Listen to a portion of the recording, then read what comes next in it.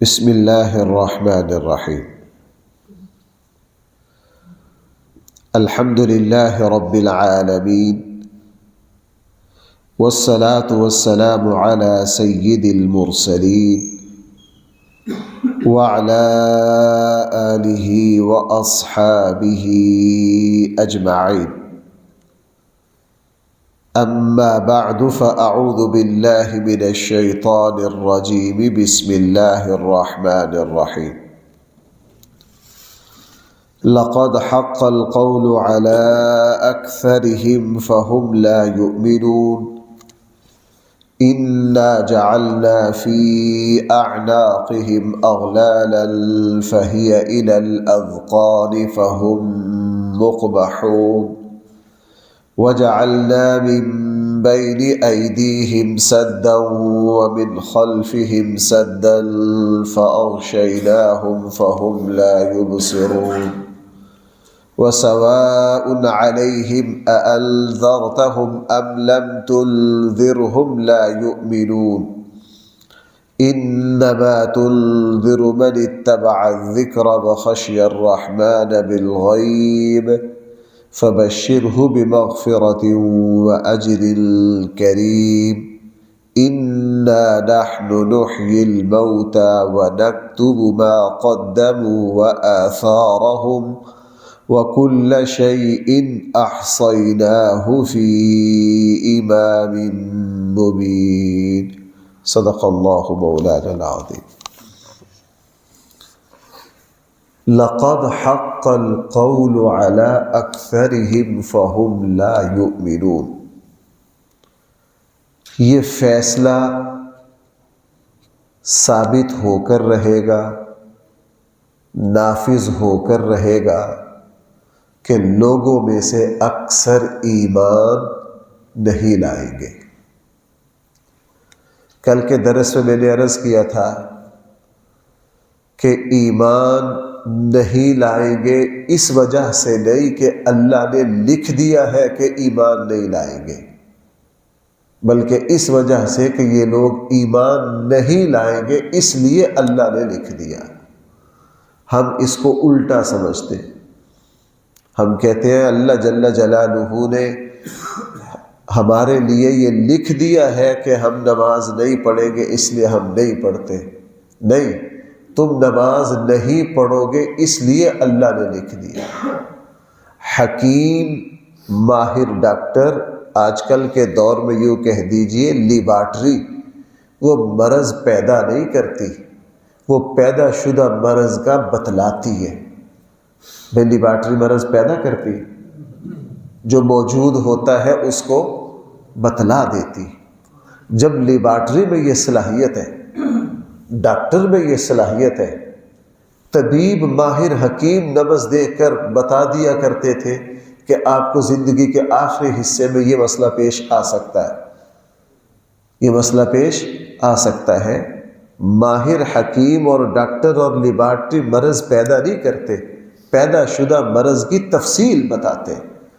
تو جب لیبارٹری میں اتنی جان ہے کہ وہ مستقبل میں پیدا ہونے والے معاملات کو بتا دیتی ہے، وہ اللہ قادر مطلق جس کے علم کی کوئی انتہا نہیں، جس کے علم کی کوئی انتہا نہیں۔ ہمارے آقا صلی اللہ علیہ وسلم اس کائنات میں سب سے بڑے عالم ہیں۔ اللہ نے اپنے مخلوق میں سب سے زیادہ علم جسے دیا وہ ہمارے آقا کریم علیہ السلام کو دیا۔ ہمارے آقا نے بتلا دیا، لوگوں ان قریب ایسا ہوگا، ایسا ہوگا، ایسا ہوگا، ایسا ہوگا، میری امت میں یہ مسئلہ پیدا ہوگا، لوگ یہ کریں گے۔ اب وہ اللہ کے نبی نے فرما دیا تب ایسا ہو رہا ہے، یہ نہیں ایسا ہونا تھا، ہم نے ایسا کرنا تھا، اللہ کے نبی نے اس کو پہلے بتلا دیا۔ ایسا ہوگا کیوں؟ یہ بہت اگلی 2 آیتوں میں قرآن نے اس کو مثال سے سمجھایا کہ اکثر لوگ ایمان کیوں نہیں لائیں گے۔ آج بھی اکثر لوگ ایمان نہیں لاتے۔ کافر جو ہے وہ ہمیشہ ایمان والوں سے تعداد میں زیادہ ہے، پھر ایمان والوں میں اچھے لوگ جو ہیں وہ کم ہیں اور برے لوگ زیادہ ہیں، سچ بولنے والے کم ہیں، جھوٹ بولنے والے، دیانتداری والے کم ہیں، بددیانتی کرنے والے زیادہ ہیں۔ ایسا کیوں ہوگا؟ قرآن نے اس کو مثال سے سمجھا۔ قرآن کریم نے فرمایا دیکھو ایک شخص ہے، اس کے گلے میں توق ڈال دیا جائے اور گردن گلے میں توق اتنا ہیوی ڈالا جائے کہ اس کا سر نیچے نہ ہو بلکہ اوپر کو یوں اٹھ جائے، ایسا شخص نیچے دیکھ سکتا ہے؟ سوال ہی پیدا نہیں ہوتا۔ اس کے گلے میں توق ڈل گیا، اب اس کا منہ یہاں ہے، اوپر اٹھا ہوا ہے، وہ نیچے کچھ دیکھ نہیں سکتا۔ اب یہ صرف اوپر دیکھ رہا ہے، باقی دائیں بائیں کہیں دیکھ نہیں سکتا۔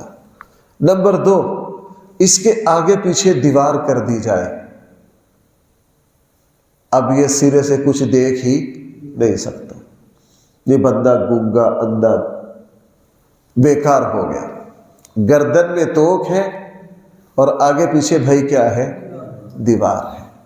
فرمایا کہ اس مثال سے تم سمجھ جاؤ وہ لوگ جنہوں نے اپنی گردن میں کفر، غرور، ضد، جہالت، ہٹ درمی، انا پرستی، اپنی خواہشات کی پوجا، اپنے مفادات، خود غرضی، ان ساری چیزوں کا توق گلے میں ڈال دیا تو جناب ان کو کبھی بھی حق سمجھ نہیں آئے، ان کو کبھی بھی صحیح بات سمجھ نہیں آئے، چونکہ ان کی گردنوں میں جس طرح ظاہری طور پر گردن میں توق ڈلا ہو تو بندہ نیچے نہیں دیکھ سکتا، تو جس کی گردن میں تکبر کا توق ڈل گیا، ضد کا توق ڈل گیا۔ ہمارے یہاں دیکھ لیجئے فرقہ وریت کی شدتوں میں لوگ سمجھتے ہیں کہ ہم فلاں کام غلط کرتے ہیں، لیکن ایک فرقہ پکڑا ہوا ہے، اپنی فرقہ وریت میں پکے، سمجھتے ہیں کہ یہ بات غلط ہے۔ کیوں بھائی معاشرے میں ایسا ہو رہا ہے یا نہیں؟ آپ سیاسی طور پر دھڑا بندیوں میں دیکھ لیجئے، جو جس دھڑے سے جڑا ہوا ہے اس کو اپنے دھڑے کی کوئی خامی سمجھ نہیں آتی، اور اس کو مد مقابل سارے کیا نظر آتے ہیں؟ غلط۔ یہ توق ہے، ان چیزوں کو توڑتا ہے صحیح ایمان، صحیح تربیت، ایمان کی روشنی۔ رسول اللہ صلی اللہ علیہ وسلم جس معاشرے میں تشریف لائے، ان کے یہاں باپ دادوں کے رسم و رواج ایک توق تھا، شرک کی پوجا ایک توق تھا۔ رسول اللہ صلی اللہ علیہ وسلم نے لوگوں کی تربیت کی، لوگوں کے رخ کو بدلا، ان کے اس توق کو توڑا، وگرنہ وہ لوگ تو یہ کہتے تھے جب تک ہم کھانے کے بعد شراب نہ پیے ہمارا کھانا ہضم نہیں ہوتا۔ توڑا۔ اور آج یہی روحانی رکاوٹیں میں نے پچھلے 2 درسوں میں عرض کیا تھا، استکبارا فی الارض ومکر السیء ولا یحیق المکر السیء الا باہلہ، کہ حق کو قبول نہ کرنے میں رکاوٹیں کون کون سی چیزیں بنتی، کون کون سی چیزیں بنتی۔ اسی طرح ہمارے یہاں رسم و رواج، یہ ایک گلے کا توق ہے، یہ آگے پیچھے دیوار ہے۔ ہم اپنے ان رسم اور اپنے رواجوں سے نکلتے، تنہائی میں مجھے پوچھ لو آپ، میں آپ کو پوچھ لوں، آپ بھی یہی کہیں گے، میں بھی یہی کہوں گا کہ یار شادی میں یہ جو رسمیں ہیں نا یہ ساری فضولیات ہیں، لیکن کریں گے کہ نہیں؟ کریں گے۔ کیوں بھائی؟ کریں گے۔ ہم میں سے کون ہے جو یہ کہتا قرض لینا بہت ماشاءاللہ اچھا ہے؟ قرض لینا بھائی بہت اچھا ہے، لیکن ہم اپنے رسم و رواج کو پورا کرنے کے لیے قرض لیں گے کہ نہیں؟ میں نے تو خود ان لوگوں کو میں ملا ہوں، کسی قریبی عزیز کے فوت ہونے پر 10-10 لاکھ روپے کا کھانا پکا رہے اور ساتھ کیا بھی رہے متضابیر، کیا جہالت کی مصیبت ہے۔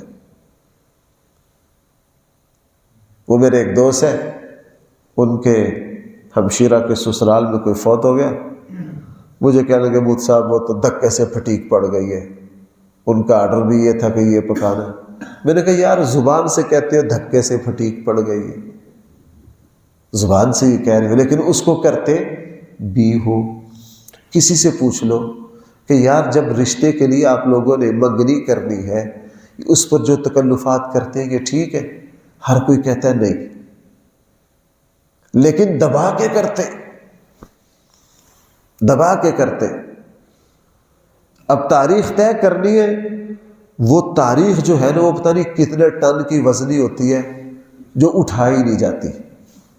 15-20 ادھر سے آتے ہیں، 15-20 ادھر سے آتے ہیں، پھر وہ تاریخ جو ہے وہ پتہ نہیں وہ کوئی کتنا وزنی پتھر ہے، اس کو اٹھا کے ادھر سے ادھر رکھتے ہیں، پھر جا کے تاریخ طے ہوتی ہے۔ ٹیلی فون پر کیا ہو جاتی؟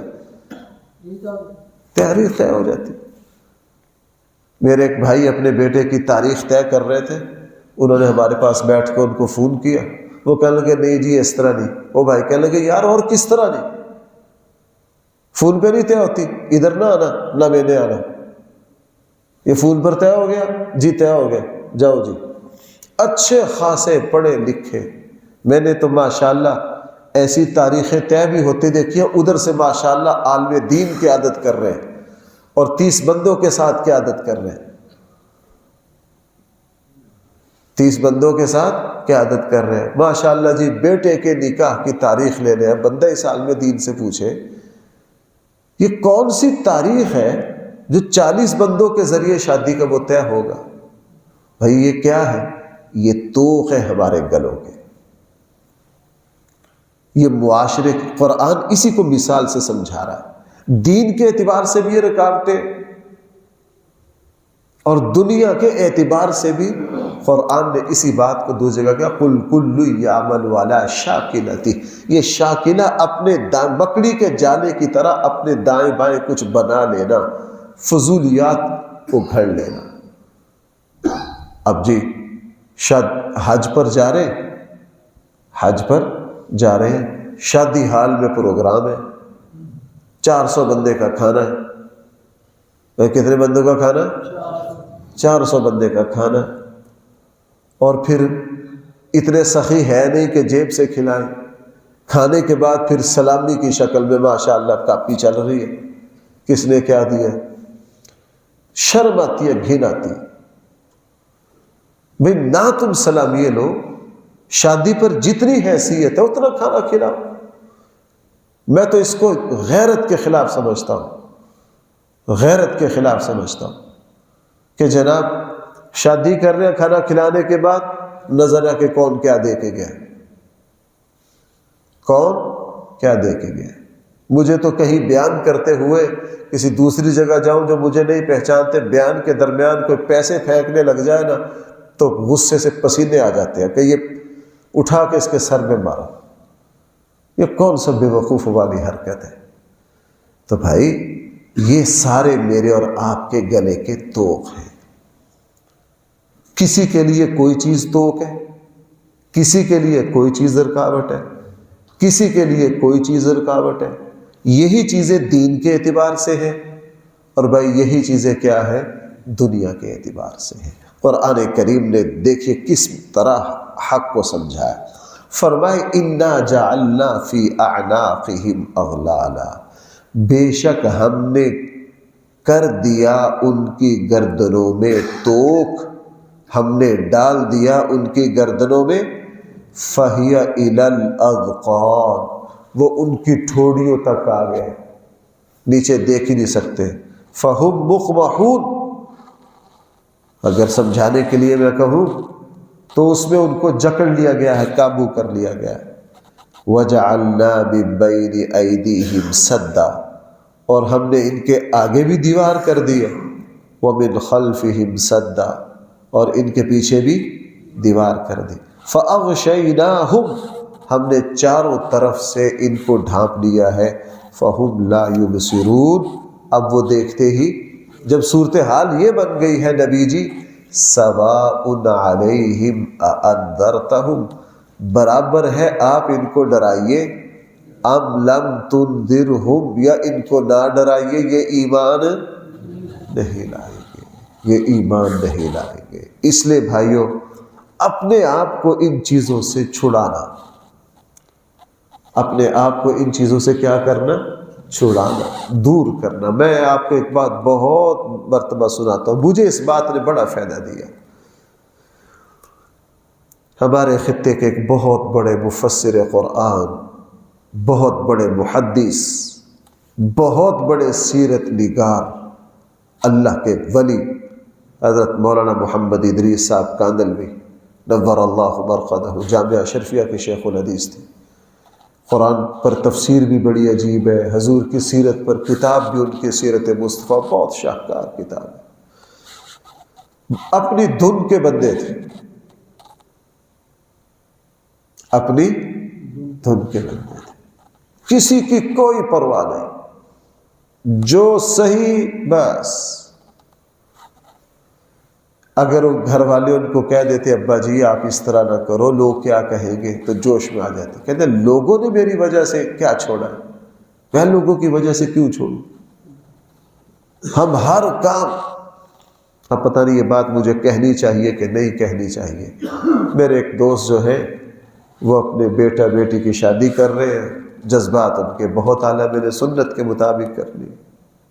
بیٹی والوں کو کہا بھائی آپ 2 روپے نہیں لگا سکتے، واقعتاً یہ کہا کہ آپ 2 روپے نہیں لگا سکتے۔ بیٹی والوں کو کہا برات نہیں آئے گی، جہیز نہیں آئے گا، میں نے اپنے بچے کے لیے ساری چیزیں بنوا دی، آپ کو فرنیچر کی کوئی چیز دینے کی ضرورت، کسی قسم کا کوئی لباس آپ نہیں دیں گے، بچی کو لباس ہم پہلے دے رہے، مسجد میں نکاح رکھو، آپ لوگ نکاح پر آؤ، نکاح پر جو کھانا کھلائیں گے وہ بھی ہم کھلائیں گے، آپ نہیں۔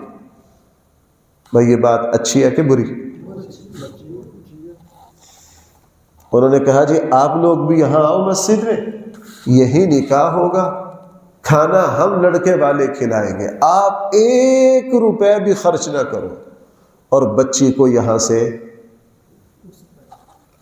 اب رہے گا میرے بیٹے کا ولیمہ، میں اگلے دن ولیمہ کروں گا، آپ کے جو مہمان ہو وہ 50 ہو، 60 ہو، 70 ہو، ولیمہ میں لے آؤ، میرے ذمہ ولیمہ، میں بچے کا والد ہوں۔ بھائی سے اچھی کو بات ہے؟ سارا کچھ کر کرا کے لڑکی والے آ کے دروازے پر بیٹھ گئے، ایویں چنگا نہیں لگدا، لوگ کی کہیں گے، کیا جی؟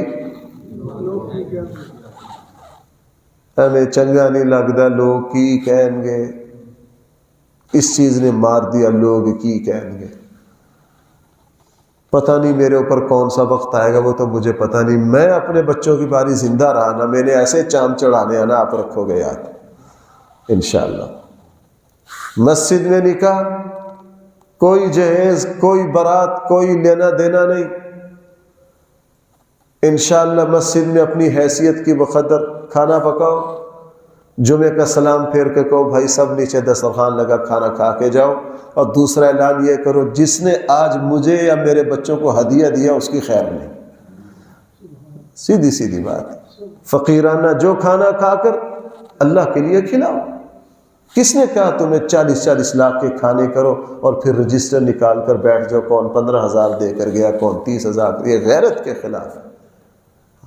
اللہ کے لیے کھانا، جتنی حیثیت ہے کھانا کھلاؤ، یہ ہمارا سیدھا سیدھا دین ہے بھائی۔ ہم نے اپنی دائیں طرف یہ کیا بنا رکھی ہیں، یہ ہم نے اپنے گلوں میں توق ڈال رکھے ہیں، ہم نے یہ تکلفات پیدا کر رکھے ہیں۔ اللہ تعالی ہم سب کو اپنے اپنے معاملات کو درست کرنے کی توفیق عطا فرمائے۔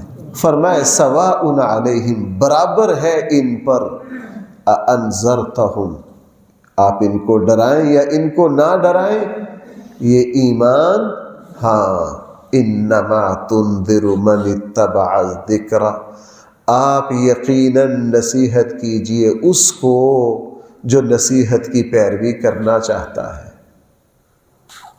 جو سنبھلنا چاہتا ہے، جو سنورنا چاہتا ہے، جو اپنی اصلاح کرنا چاہتا ہے، اس کو نصیحت کیجئے، اس کو نصیحت کیجئے۔ وَخَشِيَ الرَّحْمَنَ بِالْغَيْبِ، جو رحمان سے ڈرتا ہے بن دیکھے، آپ ان کو نصیحت کیجئے۔ اس سے کیا پتہ چلا؟ انسان جب نصیحت قبول کرنے پر آئے، انسان جب درست کرنے پر آئے، تو بھائی اس میں صلاحیت ہے، یہ سب کچھ درست کر سکتا ہے۔ یہ سب کچھ کیا کر سکتا ہے؟ اللہ نے اس میں بڑی صلاحیت، اگر یہ ٹھیک کرنے پر آئے بہت کچھ ٹھیک کر سکتا ہے۔ اور صحابہ کرام نے اپنے گلے کے توق یہ توڑے، ان کے یہاں باپ دادوں کی روایات بہت سخت چیز تھی۔ باپ دادوں کی روایات بھائی کیا تھی؟ بہت سخت چیز تھی، لیکن انہوں نے یہ گلے کے توق توڑے۔ انہوں نے معاشرے کے چلن کو اور معاشرے کی روش کی کوئی پرواہ نہیں کی۔ انہوں نے دیکھا سچائی کیا ہے، انہوں نے دیکھا سچائی۔ حضرت عروہ بن مسعود رضی اللہ عنہ، طائف کے بڑے سردار، اللہ کے نبی سے اور بڑے حسین و جمیل، بڑے حسین و جمیل۔ کسی زمانے میں جب حضور صلی اللہ علیہ وسلم کی نبوت کا آغاز تھا تو مکہ کے سرداروں نے یہ کہا کہ اللہ نے اگر نبوت دینی تھی عروہ بن مسعود کو دیتے، یعنی ان کی نگاہ میں عروہ بن مسعود اتنے بڑے بندے تھے، اور اس میں کوئی شک نہیں، بڑے حسین و جمیل، اسلام لائے آخر میں جائے۔ اللہ کے نبی میں طائف کا سردار ہوں، میں سارے طائف کو جا کے اسلام کی دعوت دیتا ہوں۔ حضور نے فرمایا عروہ نہ کرنا، تیری قوم بڑی سخت ہے، تیری قوم کیا ہے؟ نہ کرنا۔ عروہ بن مسعود گئے، اپنے قلعے پر کھڑے ہو کے سب کو جمع کیا، اسلام کی دعوت دی۔ لوگوں نے اسی وقت اتنے پتھر مارے، عروہ بن مسعود وہی شہید ہو گئے۔ حضرت عروہ بن مسعود رضی اللہ عنہ کیا ہو گئے؟ لیکن یہ نہیں پرواہ کی کہ میری قوم چاہتی کیا ہے، یہ پرواہ نہیں کی کہ میری قوم چاہتی۔ ایک بات سمجھ آ گئی، بس اب ڈنکا کی چوٹ اس کو کہیں گے، انما تنذر، آپ نصیحت کیجئے ان کو، من اتبع الذکر، جو اس نصیحت پر چلنا چاہتا ہے، وخشی الرحمن بالغیب، اور بن دیکھے اپنے رب کی ہر بات کو ماننا چاہتا ہے، فبشرہ بمغفرۃ واجر کریم، ایسے لوگوں کو مغفرت کی اور بہت ہی عزت والے اجر کی خوشخبری دے دیجئے۔ یہ سلسلہ کلام چل رہا ہے، انما تنذر من اتبع ذکر سے کل دوبارہ چلیں گے انشاءاللہ۔ الحمدللہ رب العالمین، والصلاة والسلام علی سید المرسلین وعلی آلہ واصحابہ اجمعین۔ ربنا آتنا فی الدنیا حسنہ وفی الآخرۃ حسنہ وقنا عذاب النار۔ صلی اللہ تعالی علی خیر خلقہ سیدنا و مولانا محمد وآلہ واصحابہ اجمعین برحمتک یا ارحم الراحمین۔